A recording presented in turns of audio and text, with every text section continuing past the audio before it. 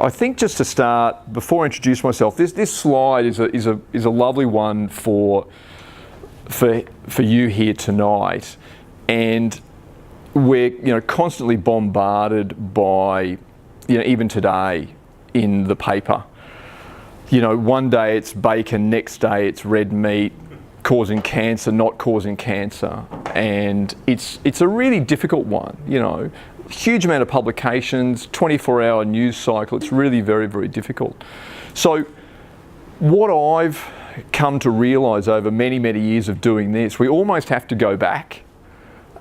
We almost have to unlearn a lot of the errors and the missteps and the mistakes that have been done really probably over the last 50 years to be able to almost go forward. So, it is a little bit like fixing up what's gone back so we can progress forward. And almost a lot of the information now that we're bombarded with, not that we can just say, nah, listen, I've got all my information, I can just not learn anything new. That's not the case. But it's definitely a case of looking back to be able to go forward. Now, my name's Anthony Power. I'm just across the way at Hawthorn here, a registered nutritionist. I've been working here for probably about 6-7 years now, and prior to that I worked with a group of GPs at Coorparoo.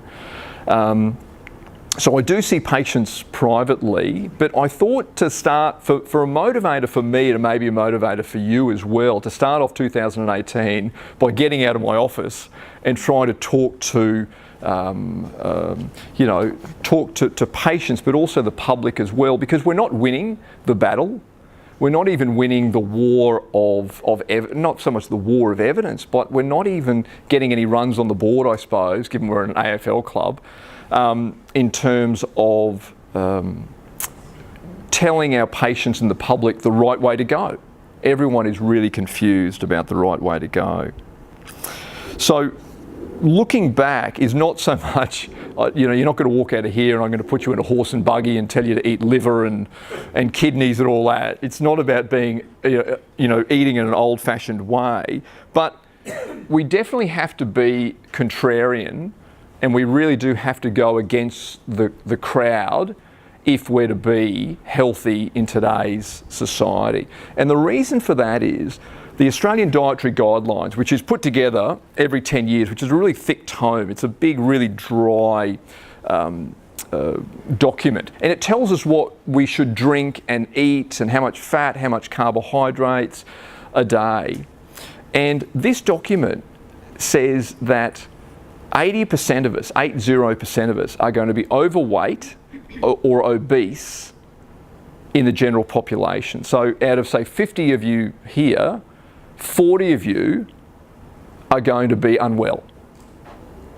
And so, this 80-20 rule and this type of information, when you say 80% of us, all this information's put in, but 80% of us are going to fall through the cracks.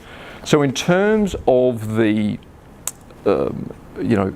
evidence of trying to get 20% of you, and it's not so much just going against the crowd for the sake of going against the crowd. I've got to say to you, so Anthony, these people, 80% of us are going the wrong way. You're telling me to go the other way against the crowd, but why is your way the better way? And I don't know about you, but I've been down over many years of looking after patients. I've gone down many rabbit holes following the guidelines. I don't know about you with your health. I'll take this supplement, I'll see this person, I'll try this. And it didn't work, okay, reverse, go down another rabbit hole. And it takes, it takes time, doesn't it? And after a while you start losing faith and you start spending a lot of money and you start really getting tired of going around in a circle. So I'll try to hopefully get you on the 20%. Rather than the 80%. And I feel as though after many years, I'm now one of the 20% of practitioners. And I really say that proudly now, because after being one of the 80% of, I think, one of the practitioners, and with the public not making a difference, I feel as though that I'm one of the 20% now trying to say, well, we've got to go down a different road. So you are at the right place, but it's up to me just to put a little bit of meat on the bones in regards to why is the 20% the right way to go. So before I ask about, why you're here and what interests you, that was me when I was a teenager. I was a really unhealthy kid. I was overweight, really bad Irish genes, bad teeth, asthmatic, migraines, and not a healthy kid. So I sort of know, and it took me many, many years, obviously many years before I became a nutritionist, to figure out what's the right road for me. And I went down plenty of rabbit holes before even becoming a professional. So I sort of know where you're coming from, or I know where a lot of patients and public are coming from in terms of that confusion. And then in later years doing heaps of exercise, but still not feeling great. I couldn't get rid of this excess weight. I couldn't feel 100%. And then finally, the penny dropped, and the penny certainly changed. So, for many, many years, I followed the guidelines. Graze. You got to snack. Who's heard that? I've got to graze. Eat every couple of hours. I've got to exercise within an inch of my life and absolutely hammer myself every morning. Fibre, fibre, fibre. Cereal. Fats are bad. Carbohydrates are good. That's a sugar, that's a carbohydrate, that's bad, that's good. And one of the issues that really struck me after going back, and I really went and reread the literature and reread the research and saw who is getting results in terms of your health and the Australian public's health. Who's getting improvements in heart disease, brain disease, dementia now, daily now in Australia, 250 Australians, I think it's 260, every day are being diagnosed with type 2 diabetes. So that's not a month, that's not a year, that's daily, just in Australia. And do you know what the stats are for dementia and brain disorders, Alzheimer's, Parkinson's? Around the same mark. More than 200 Australians a day are being diagnosed with these brain disorders. So we're really struggling. The diabetes we're really struggling with, but in terms of the brain disorders, that's going to be another, I hate using that cliche of a tsunami, but we're not even prepared for that. And yes, we're living longer, but we're not living as healthy. So the point of tonight is to challenge you with some ideas and some questions. And you're going to walk out the door hopefully not thinking, oh boy, everything I thought I knew, I don't know. Why didn't I know that before? I've been going down the wrong road. So don't get frustrated about it, because we're all in the same boat. It's a time and a place for everything. But at least I'm going to start you down, hopefully the right road. And then who knows, the next talk we can get more into specifics in regards to food and what do you actually eat, and what do you really put on the table, what do you feed the kids at certain ages. So basically we have demonised the wrong food. We put a couple of them in the lineup and we demonised the wrong food, and we left the other one off scot-free. We demonised one, the other one was almost caught up as an innocent bystander, and we put that food in jail and let the other one off. And this is what happened around 50 or 60 years ago, and we're really still paying the price for locking up the wrong food and letting the other food go. So when I put this up, if you can't see it brilliantly, it's some butter frying in a pan. Does anyone? What do you think? Do you clutch your chest? You think flour is good? I was going to say if you're a cardiologist, you'd clutch your chest and you'd say turn it off, it's pornographic or something, But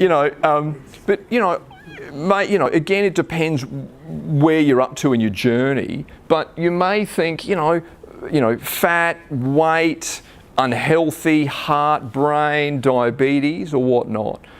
And the reason this conjured up such a bad image, because if I was to slice myself open, my fat looks like that butter. Fat, lard, whatever, it's white, it looks like that. If I was to open an artery and I had some cholesterol in my artery, that's what it's going to look like. It's going to look like fat. So that image, as one of my lovely lecturers said many, many years ago, it's really hard to put butter in a bikini and fat in a bikini. You can put Special K, you know, I can imagine, you know, you see those ads where a packet of cereals on the beach and it's really healthy and lovely. A bit like this one actually, you know, a bit like this, you know, this grain image, but it's really hard to put butter in a bikini. This one too, I don't know about you, but walking past a bread shop, the smell, that tastes great. Bowel health, you think of fibre and bacteria, you know, lovely sort of crusty sourdough bread. So we've actually got this the wrong way round. So the carbohydrate, and when I'm talking about carbohydrate, and I'll explain that in a bit more detail, I'm talking about muesli bars, corn thins, rice thins, even fruit, breads and cereals and pastas, even the gluten-free, you know, the quinoas, the buckwheats. They're the carbohydrates, and over many, many years now, I call them in practice slow sugars.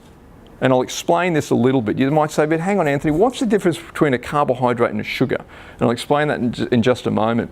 But all those carbohydrates I mentioned, Wheat Bix, Special K, Carmen's, gluten-free, etc., in a matter of moments in the body when we take it in, it's sugar. The body converts it very, very quickly to sugar in the body, and it becomes almost a slow sugar. So we demonise, you know, the table sugar. It's like, oh, I don't have sugar in my coffee anymore, but that bowl of cereal may have a lot more sugar in the body than you realise. So a really good way to think about it is think of sugar and carbohydrates as paper clips. So that table sugar, the white sugar that we put in a tea and coffee, or you might put on your cereal, is a couple of paper clips, okay? So it's half glucose, half fructose. It's called sucrose. A banana and a piece of bread might be a string. It's a starch. It's a length of carbohydrates, yeah? And that might be, 10, 15, 20 paper clips long. Now, we take that into our body, and our body cuts that up really very, very quickly in terms of digestion and absorption, and it becomes sugar in our body very, very quickly. So whether I take a teaspoon of sugar, it's glucose and fructose very quickly in the body. I eat a bowl of cornflakes, there might be a 10 or 15, 20-minute delay, but it's still sugar in the body. It becomes glucose and fructose in the body. And this is a real interesting one about the sugar tax. You know, I had a great chat to an endocrinologist about sugar. Anthony, we've got to have a sugar tax. We've got to have a sugar tax. So who here still drinks, soft drink or, yeah, but it's probably something you're thinking, oh, you get caught with a Coke, it's like, oh, but what about if you get caught with some water crackers or a corn thin or a muesli bar or some lovely crusty bread with that fry up on the weekend? In a matter of moments in the body, that's exactly the same thing. So we're talking about taxing the sugar, but many of us don't realise of the hidden, these slow sugars in the body. So, you might say, but these, carbohydrates, they contain fibre, they're good for us, energy, the kids love them, they're really easy for us. But there's a real sting in the tail, and there's a real Achilles heel for even whole grain, whole meal, sourdough carbohydrates. They're about 70 to 80% sugar in the body. So whether it's Wheat Bix, breads, etc., 70 to 80% of that food is going to become sugar in the body in a very, very short period of time. And this is the issue with the whole grazing and snacking mentality that's come about. I don't know about you, but I saw a patient today and still they're being told you've got to eat every couple of hours. You've got to eat, don't stop, keep grazing. And this was a diabetic, still trying to get their blood sugars and insulin down, being told to keeping the motor running all day, every day with high sugar and high blood glucose. So what's wrong with sugar? Why is sugar bad and why are carbohydrates bad? What excess sugar and carbohydrates do in our body, we take it in, whether it's cereal, breads, etc., and it gets pushed into digestion straight away, and then it's stored away as fat. So for many of us, this excess weight around the middle is converting carbohydrates and sugars directly to fat. So we must make that connection between, hang on, I'm having low fat and I'm doing all these things. Sugars and carbohydrates will be converted very, very quickly to fat. Also, what happens when that is converted to sugar and when that's converted to fat, insulin and blood sugar almost hold, insulin is a really powerful hormone and it holds that fat and carbohydrate and sugar into our cells, so it can rarely be released. So you're walking around with all this excess weight, and the body's saying, gee, it'd be nice if we could access this fat and use it for energy, but you can't, because insulin and blood sugars are elevated and they hold that fat and energy into our cells. So you're always hungry.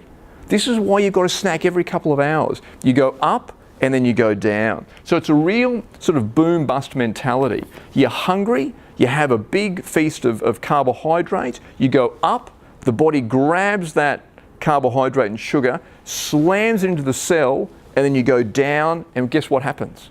You're hungry again, and you've got to eat. Another thing is too, that eating carbohydrates and slow sugars and sugar in the body is really smoggy for the body. They burn brightly and burn in a really hot way. So they create a lot of oxidation and damage to the body. So that damage to arteries, brains, hearts and joints is caused by those slow carbohydrates. They saturate our receptors really quickly too. From a really young age, I'm seeing a lot of young patients already, not even 10, with fatty liver already and weight around the middle. And it's not being judgmental to say, but the parents say, but Anthony, I'm not feeding my kids sugar. They don't have soft drinks and all this. Maybe they sneak an iced tea on the way home from school or a Coke or whatever, but they're not having sugar. But they don't realise that the rice thins, the succatars, the packets of chips, all the stuff that we put in our kids' lunch boxes, which we all do, you know, being a parent as well, because we're all time poor. But we've got to understand that sugar, in a matter of minutes in our kids' body, we go up and we go down.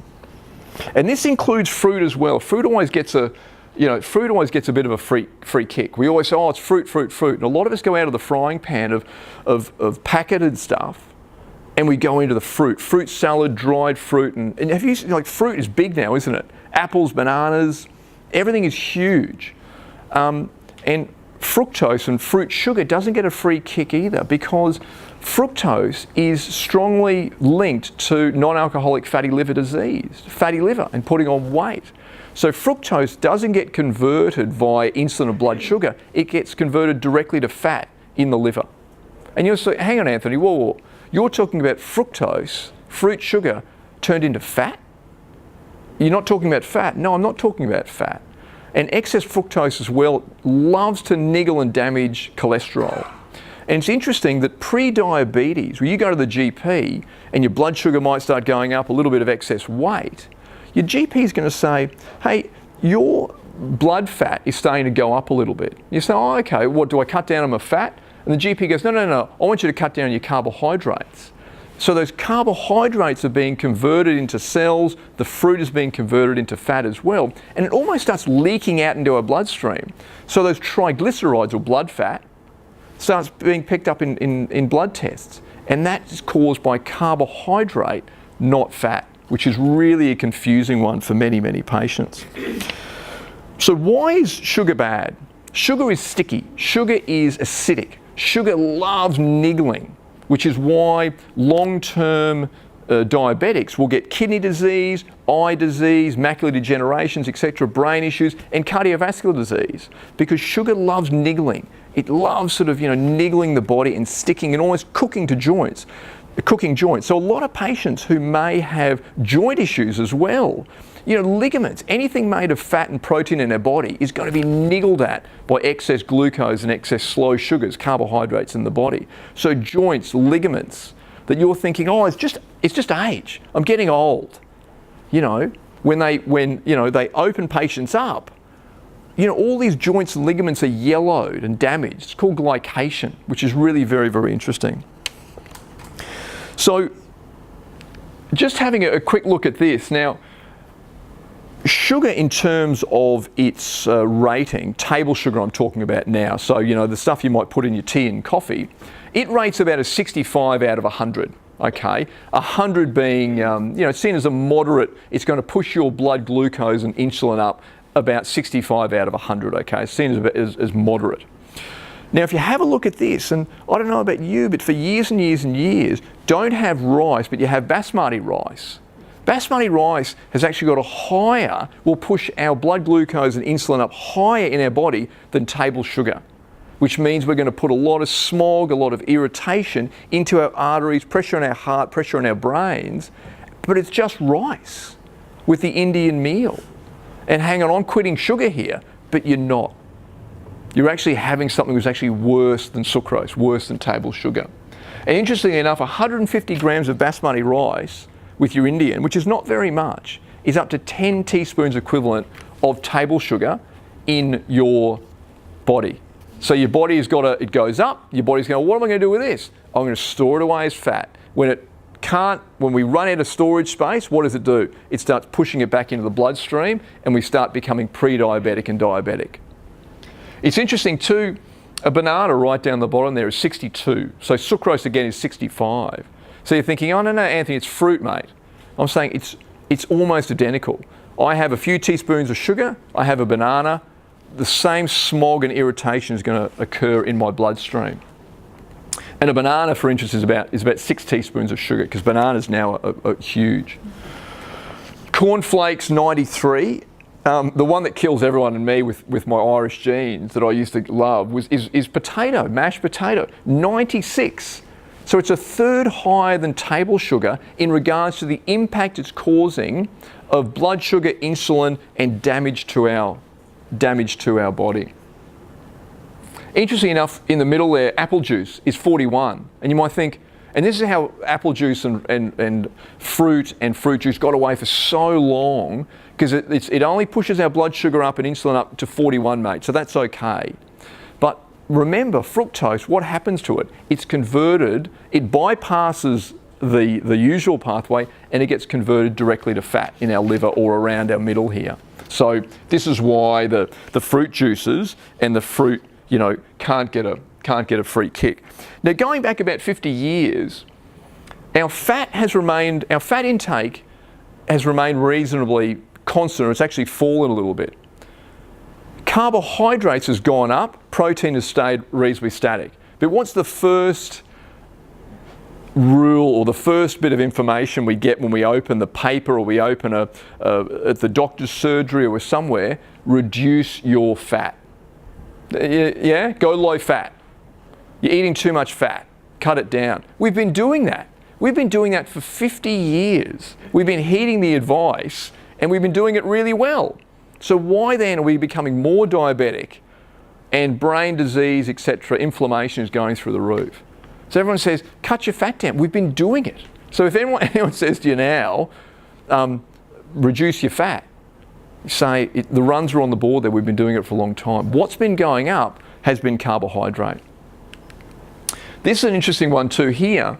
These are two graphs. The only thing really driving a lot of us having fat these days, because a lot of us have pulled back on animal fat and all those things and dairies. The two biggest drivers of fat intake in not just in Australia but around the world are two oils. One of them being soy oil and the other one being canola oils. In takeaway, it's in muesli bars, it's in any biscuit, it's in processed foods used in the fries at McDonald's and everywhere else.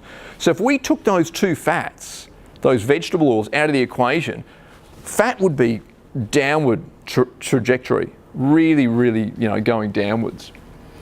And the reason we're having a lot of these polyunsaturated oils, and what's included in those is your rice bran oils, your safflowers, your sunflowers, your peanut oils, all these so-called heart smart oils, yeah? Don't use butter, don't use lard, you've got to use the heart smart oils. And these polyunsaturated oils do reduce cholesterol. They do reduce your LDL cholesterol. But what we don't know is that out of the 6 big studies that have been done, only one of them showed that there's a drop in death when you eat the vegetable oils. So everyone's cholesterol went down, but guess what happened? Mortality and death rate went up. So what are we missing? They're really fragile oils. They're polyunsaturated oils. They've got double bonds. They can easily be damaged and easily be oxidized. So yes, they reduce our cholesterol, but we're missing something here. So does fat get a free kick? You know, are you saying here that fat doesn't clog my arteries? That I can go out and eat bacon and steak and do all that? Well, yeah, I am saying that in regards to saying in a purely starting off with the simplest way in cholesterol. Now, if you and I, all of us, eat a steak, our bad cholesterol is going to go up. But guess what happens? Now, you know how we can now eat full-fat dairy? Have you read that? We can now eat dairy, okay? The reason is it pushes up our so-called bad cholesterol, but you know what it does? It pushes up our good cholesterol as well, so it's almost neutral. I don't know if you saw Michael Mosley on the TV a week ago. They did must have been 15 or 20 people on coconut oil. Everyone's bad cholesterol went up, but guess what? The good cholesterol went up even higher, so it actually had a positive effect. You know, which is the bit we don't read about. So what about fat? Why is it so good, or why does it get a free kick? It fills us up. We don't get this boom and bust, the empty full, really quickly. So fat is good for us, whether it's avocado or prawns or butter or meat, pork, beef, lamb. It fills us up and we get a slow, lovely release of energy. Here's a big one for you. If you're diabetic or concerned about your blood sugars, fat does not increase your blood sugar or insulin. Fat does not need insulin or an increase in blood sugar to be transported around the body. The only thing that pushes up the blood sugar and insulin in the body is carbohydrate. But the first thing you do when you go to a dietitian or an endocrinologist or a GP in good faith, cut down your fat. And next time you can say, why? Why? Because your arteries are clogged. But what is irritating? What's the initiator of all this? It's the slow sugars, the glucose, the carbohydrates that starts us off. So fat burns slowly and steadily as well. So it fills us up and it doesn't burn really hot. It's almost like we're going for a long drive. It's almost like putting a solar panel on your car. Lovely slow release of energy rather than you've got to fill up every 100k at the petrol bowser. That's carbohydrate. It's up and down, up and down. You want a slow, steady, solid release of energy. Our heart, our brain and cells actually prefer burning fat in the body, which is a big one, because it's a slow burning, it doesn't oxidize and doesn't give off a lot of smog. It's a big one. As we age, our brain prefers to use fat, and our heart does as well, which is really very, very interesting. So you're thinking, hang on, but I've had triple bypass, and you're telling me that my heart would rather prefer to use fatty acids rather than glucose and carbohydrates. And yes, it's true. So how did fats get the reputation? And it's probably another time for another topic. About 50 years ago, when men, especially a couple of US presidents, Eisenhower and Roosevelt, were having heart attacks, these guys were smoking 4 packs of cigarettes a day. Sugar and carbohydrates were increasing back then, but we looked and we blamed fat. And it's it's an amazing historical journey to look at why back many, many years ago we said we put fat in jail and we let carbohydrates off. It's a really interesting one, but I'll explain to you in just a moment why fat was given the bad rap. Now here's a big one, and if you've just been nodding off, just wake up for 2 minutes and then go back to sleep. This is a big one, that after our body becomes saturated from a very early age, and they're talking about in utero now, you know, big babies being born now in hospitals. Gestational diabetes is on the rise, big bubs being born with insulin resistance from a very early age. And it's starting, I'm not talking, you know, 30s, 40s, 50s, where this dysfunction is starting in our teens. And then it's being picked up maybe 40s, 50s, bit of chest pain, cholesterol's going up. Hey, you've got to do something about it. But it started many, many years ago. So what happens is the body gets tired of this glucose and carbohydrate. It can't use it properly as a fuel. Storage is full. Liver's full, muscles are full, body's full of fat. It starts pushing it back out of the bloodstream, as I explained. And the doc starts saying, oh, your blood sugar's going up a little bit, your triglycerides are going up, we better do something about it. And this is this pre-diabetes. So the problem with it too is now fat comes along. You and I say, okay, I'm going to listen to Anthony, I'm going to cut down my carbohydrates, and I'm going to start eating my butter and my coconut oil and my lard and my steaks.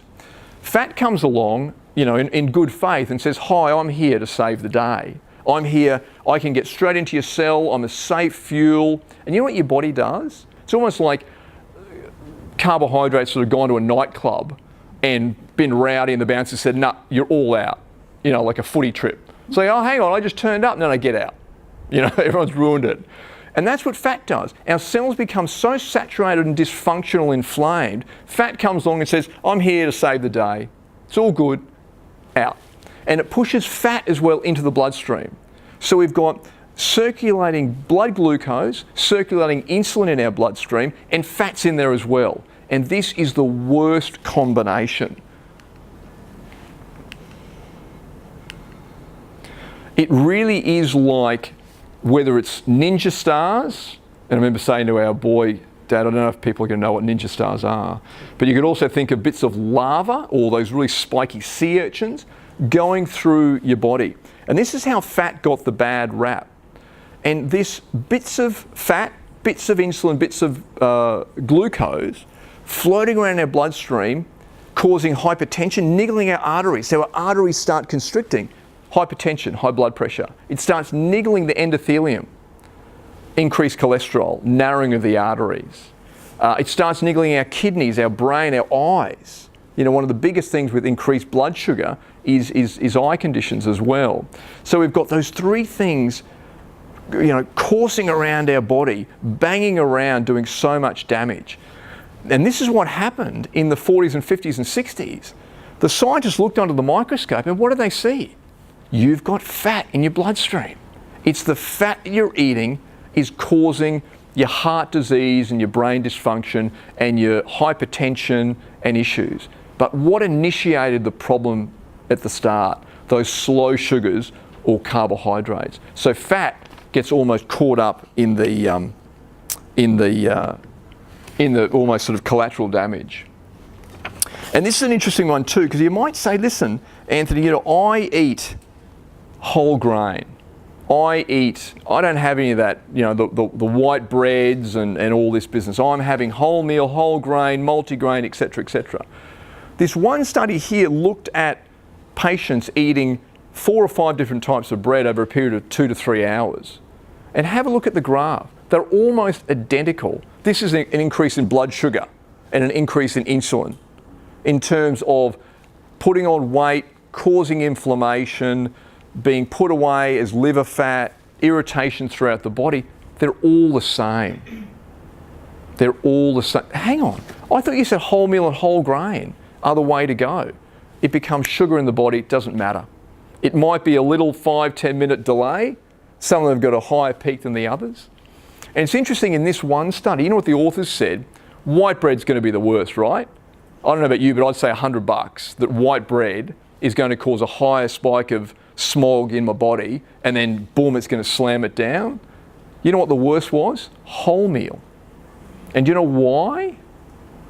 The wholemeal, like many of our breakfast cereals and Vita Wheats and crackers and all these things, are ground down to a talcum powder. More surface area, higher heat and higher damage in the body. Interesting, isn't it?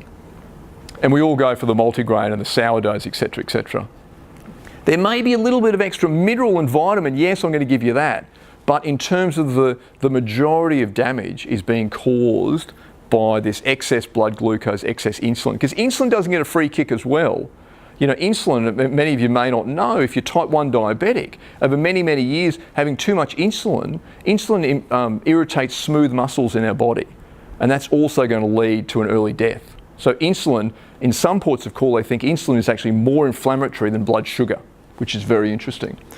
Here's a big one too, and you might realise now that the body treats carbohydrate and fats completely differently.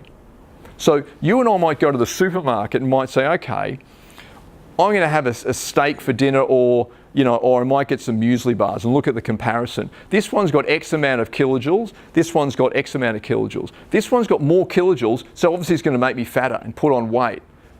You can't compare them. You cannot compare a carbohydrate with a fat. One fills you up, one doesn't. One needs insulin and blood sugar to be put away, the other one doesn't. One causes a boom and a bust and a lot of changes in the body, one doesn't. So this is another real sort of mind shift for many of us, that a calorie is not a calorie. This whole law of thermodynamics, we're not jet engines. We're running on completely different fuels. So this is a big one as well, because that's why another reason fat got such a bad rap, because it is more calorie dense. But what if it fills you up for longer and it's a safer fuel without the smog and the damage in the body? So it's a big one too. So, the calorie, but it's still used extensively. Cut down on your calories. You're having too many calories. So what would you rather? Would you rather looking at climate change, would you rather use a solar panel, or would you rather use coal and a boom and a bust type scenario? And just, realise too that all fats aren't the same. There's unprocessed fats. There's animal. Sorry, I'm in the way. There's animal fats. There's many unprocessed fats, but a lot of the polyunsaturated fats, the bottled, the seed oils, are heavily deodorized and processed. So it's not just again giving fat a free kick.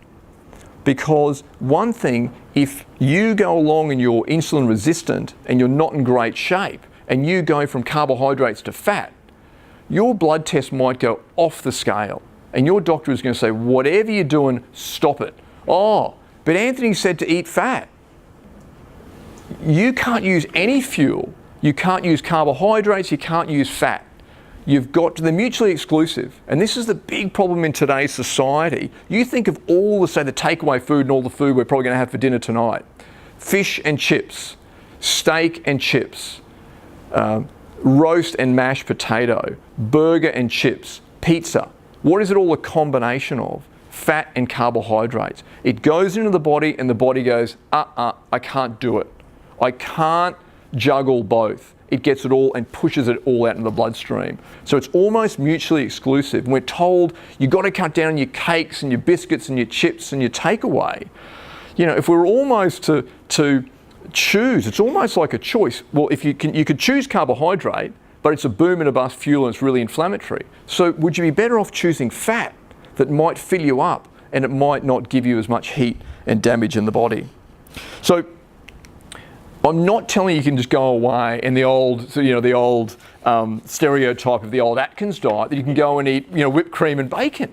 You can't. Well, you might be able to. If you said to me, Anthony, a loaf of bread or a steak, if you're in good shape, I'd definitely go for the animal products or more of the fat. And that fat can be prawns and tuna and salmon. It's not all about, I'm not here standing up for the meat corporation.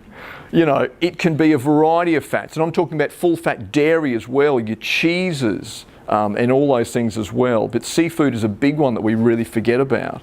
So it's not about going and eating unlimited fat. You've got to change your fuel and then you'll be able to use your fat. And another big one too is meat and fat causing bowel cancer. And this is such a messy area. And most of the studies that have been done on mice or some big what's called epidemiological studies where it's really hard to find one bit of evidence. You know, we did a study, these people didn't smoke, these people did, everything else was kept constant. More lung cancer, okay, cigarettes causes lung cancer, yeah, okay, randomised controlled trials say. For the meat studies, you know, the patients eating more meat were eating more burgers and fries and beers and soft drink. Okay, so they're really messy studies. And for every, I was saying to someone before, for every study I pull out that says meat gives you bowel cancer or fat gives you bowel cancer, not just harping on about meat, I can show you a study that says the exact opposite, a la all those bacon studies and things like that.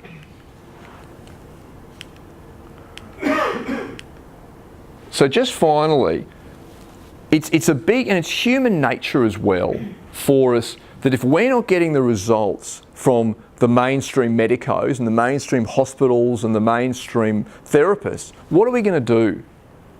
What's human nature? We're going to look for alternatives, aren't we? So, and it's one of the big criticisms will go from the arms of the mainstream medicos into the arms of the wellness industry. And they're both multi-billion-dollar industries. They've absolutely got their positives. I'm not saying they haven't. They've also got their huge negatives as well. So you've just got to understand that the wellness industry as well is massive because we're not fixing the foundations. You know, in this point, it's almost like saying, well, you know, we've got to change, we've got to talk about the colour scheme for the new roofing tiles. And your partner looking and going, whoa, mate, I think we've got a few more problems than just roofing tiles. We might have to knock down the entire structure. And this is this sort of, we play around about the edges, but we don't change the main foundations of what we're doing. And this is where the supplement industry comes in, and the use of, you know, turmerics and cinnamons and bone broths, kombuchas, kefirs, kale, green tea, chocolate, raw red wine. And we're thinking, hey, do I have to do all those things to get healthy? And some of those things may be fantastic, and they are. But you go and buy them as supplements and you're not changing the foundations. You're just sort of moving the deck chairs on the Titanic. You've got to get back and change your foundations rather than being thrown into the arms of the wellness area. And I'm not saying it's all negative in the wellness sphere as well, because that's where I am, I suppose. But you still have to be aware that you've got to get the basics changed first. You can't just go in and say, I'm having my kale, I'm having my red wine, I'm a dark chocolate, tick, I'm good. It's not that easy, you know. Now, another bone of contention for me is that our peak Australian body, the Dietitians Association of Australia, two of the big companies they're sponsored by, do you know who they are? Does anyone know? Not Coca-Cola, I think they might have been sponsored by Coca-Cola many years ago. Kellogg's and Nestle, so cereal, grains, etc. And I've been calling it for years that we need separation. You know, it's like you going for a banking loan. You want to be reading the fine print. Who's getting commissions here? Trailing, leading commissions? Are there any kickbacks here? You know, we deserve to know these things. And this is a great deal of confusion, because if I had a dietitian, and I've got many colleagues who are dietitians standing next to me, Anthony, mate, oh, yeah, you're giving carbs a bad rap. What about the fibre and the grains? But, you know, what I'd say to them is, you know, I'd say to them, you look at the scoreboard. We have been doing what we've been told for so many years, but we are being thrashed on the scoreboard. 80% of us are unwell, only 20% of us are getting better. So what we're doing is wrong. We're going down the right road. Is my road the right road? Well, I think it is, but at least that way is definitely the wrong way. And it's something that does need to be turned around. Now, just finally, I'm just going to talk about exercise for one brief moment. Exercise is a big one as well. And I walk around this park every morning walking a dog, and I see so many patients, and at the gym as well, hammering themselves on the treadmills and running. Overweight, you know, really hammering themselves, joints taking a big pounding. And this is the big one as well. Exercise is important. Okay, exercise will make you live longer. Great for brain, heart, and great for socialisation, great for everything. It is not there for you to lose weight and to drop your blood sugars. there are almost 50 studies that show it just doesn't work. So the best way, or the way to reduce your fat, your liver fat, your blood sugars, is to change what fuel you're taking in. So exercise to feel good and to be social. Don't exercise to lose those 20, 30 kilos. The majority of studies show, guess what? The more you exercise, the more you're having yourself, the more hungry you get, the more you eat, you fail. So you start slowing your calorific intake, your metabolism slows with you. And you get grumpy, you get irritable, and you go, bugger this, I'm off. So do go to the gym, build muscle, do all those things, but don't exercise to lose fat. Do that by changing your fuel. So if this chap here, if he changed his fuel, and everyone goes, oh, you've got to move, you've got to stand at work. Standing at work might be good in terms of maybe for your joints, but you're not going to lose 20, 30, 40 kilos and reverse your diabetes standing at work. So this chap here, if he changed his fuel, should lose weight, theoretically. And he can sit on the couch. I don't want to, I'd say I'd prioritise the fuel rather than you got to get off and move. And this is a big one too, that I'm seeing so many more, and this is a tough one too, because we're going into the arms of, and I'm not a big, if you're going to become a vegetarian or a vegan, you've got to do it right. So I'm not anti-vegan, I'm not anti-vegetarian, but if you do it, you've got to do it right. Because you've got to be taking in good amounts of fat, good amounts of protein, and you've got to have time and planning to do it correctly. Otherwise, the majority of vegans and vegetarians I'm seeing now, guess what they're living on? Carbohydrates, Tim Tams, chocolate. You know why? Because they're hungry.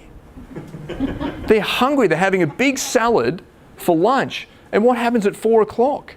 You think you get the munchies. You don't have enough fat and protein, you're going to get really hungry. So a lot of them will actually put on weight. Carbohydrate and blood sugars actually start going up in a lot of vegans and vegetarians that I'm seeing. And they're constantly got gut issues as well.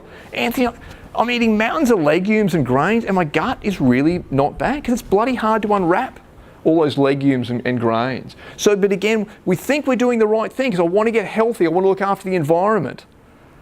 And I feel really bad. Maybe becoming a vegetarian, having all these juices and kale juices and things, which are normally full of a lot of sugar, might make us worse than better. So it's a real, but it's really, it's growing. So just finally, carbohydrates are not health foods. They're not, it's about prioritising. Because many of us don't need to be eating mountains and mountains of slow sugars. We just don't need it because it's going to get converted to fat or going to irritate our arteries. Don't fear real fats. And when I mean real, I'm talking full fat dairies, seafood, meats, cheeses, etc. If you're overweight, you can't use either fuel. You can't use fat or carbohydrates. You've got to almost choose. Don't graze or snack. It's almost, I put it almost, I don't know if you've got a pool, if you haven't got a pool, if you've just parked your car here and you've left your car running. Why would you do that? Our gut and metabolism is constantly running because we're constantly eating because we're so stressed. We've got to turn it off. And I said the other day, intermittent fasting or fasting is just like not eating. So if you want to fast for a few hours, fantastic. But if we're on this boom-bust cycle, you cannot get off that. You are caught up in this roller coaster of up and down. It's a real tough one, but you've got to try to separate pain, anger, frustration from eating. If you're annoyed, frustrated, in pain, don't and try to ask yourself, which is really difficult. Am I hungry? No, I've had a really bad day. Throw a frisbee, walk the dog, do something else, but don't eat. Take yourself out of that situation. When I've had a bad day, I'm going to go past the 7-Eleven on the way home, I'm going to buy a few Magnums and blah, blah, blah, blah, blah. We've all done it. You get home, the first thing you do, you've knocked off 2 beers and some rice thins with all this cheese, and you think, did I do that? And you don't even realise. So get yourself out of that situation. If we had probably a pill that could separate emotion from food, we'd be billionaires, wouldn't we?